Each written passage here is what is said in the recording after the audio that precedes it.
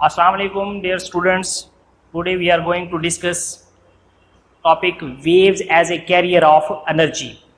10th class chapter number 10 waves as a carrier of energy. कि जो waves है हम पढ़ रहे हैं क्योंकि हमारा जो चैप्टर है वो इसी से रिलेटेड है। जो waves हैं वो एनर्जी को कैरी करती हैं। कैसे एनर्जी को कैरी करती हैं उसमें जस्ट हम एग्जांपल्स भी डिस्कस करेंगे इसमें। तो देखते हैं waves as a carrier of energy. Energy can be transferred from one place to another through waves. जो एनर्जी है वो वेव्स के जरिए एक जगह से दूसरी जगह ट्रांसफर होती है। कैसे? साउंड वेव की एग्जांपल ले लें या मैकेनिकल वेव की कोई और टाइप है हमारे पास, ट्रांसफर वेव की एग्जांपल ले लें या किसी और वेव की हम एग्जांपल ले लें। तो वो वेव्स ही होती हैं जो कि एनर्जी को, इंफॉर्मेशन को from one place to another place transfer करती हैं। Energy can be transferred from one place to another through waves. For example, when we shake the stretch string up and down we provide muscular energy to string. यहाँ पर वो string wave की एक रस्सी के जरिए जो हम वेव प्रोड्यूस करते हैं कि एक स्पोर्ट के साथ एक रस्सी को बांध के उसका जो दूसरा एंड है वो हम अपने हाथ में पकड़ के उसको अप एंड डाउन क्या करवाएं, मूव करवाएं। तो उसके अंदर जो वेव्स प्रोड्यूस होंगी वो हमारे पास कैसी वेव्स प्रोड्यूस होंगी? वो हमारे पास वेव्स ऐसे प्रोड्यूस हो जाएंगी, यूं।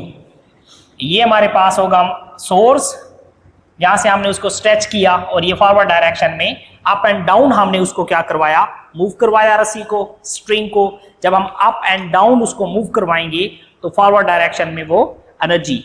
अब हमने उसको अपनी मस्कुलर एनर्जी प्रोवाइड की है। किसको? स्ट्रिंग को, रस्सी को। जब हम शेक करते हैं, स्ट्रेच करते हैं, स्ट्रेच स्ट्रिंग, एक तनी हुई स्ट्रिंग को जब हम शेक करेंगे अप एंड डाउन तो वो मूव करती हुई फॉरवर्ड डायरेक्शन में जाएगी। तो इसका मतलब है पहले तो वो रेस्ट की हालत में है, किसी किस्म की कोई मोशन नहीं है उसके अंदर। हमने क्या किया, अपने मस्कुलर एनर्जी हमने प्रोवाइड की। किसको? स्ट्रिंग को, रस्सी को। तो जिसकी वजह से उसको एनर्जी मिली और वो एक जगह से दूसरी जगह एनर्जी को उसने क्या किया, ट्रांसफर किया। क्या हमने उसको एनर्जी दी, वो अपने साथ वाले एडजेसेंट पार्टिकल को, साथ वाले पार्टिकल को एनर्जी प्रोवाइड करेगी।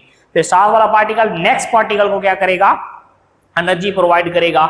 इस तरह से energy from one place to another place क्या करती है, ट्रांसफर होती है।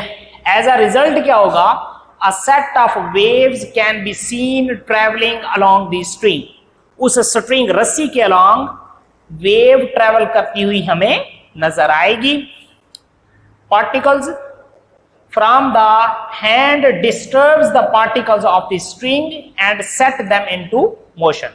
अब जिससे हैंड्स ने उनको क्या करवाया, मोशन में लेके आए। जैसे वो मोशन में लेके आए तो जिससे उसकी क्या हुई है, डिस्टर्ब हुआ है और वो पार्टिकल्स क्या किए, उन्होंने मूव किया एक जगह से दूसरी जगह। These particles then transferred their energy to the adjacent particle of the string. Energy is transferred from one place to another in the form of wave.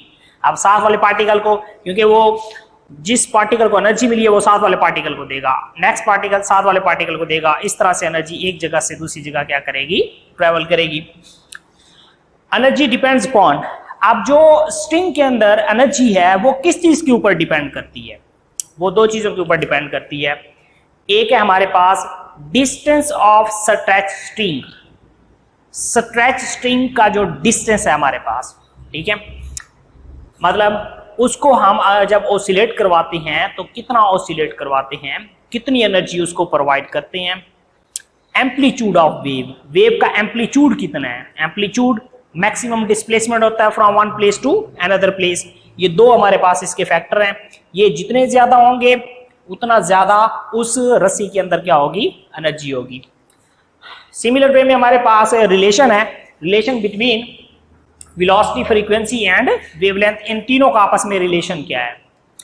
Wave is a disturbance in the medium which travels from one place to another and hence have a specific velocity of traveling.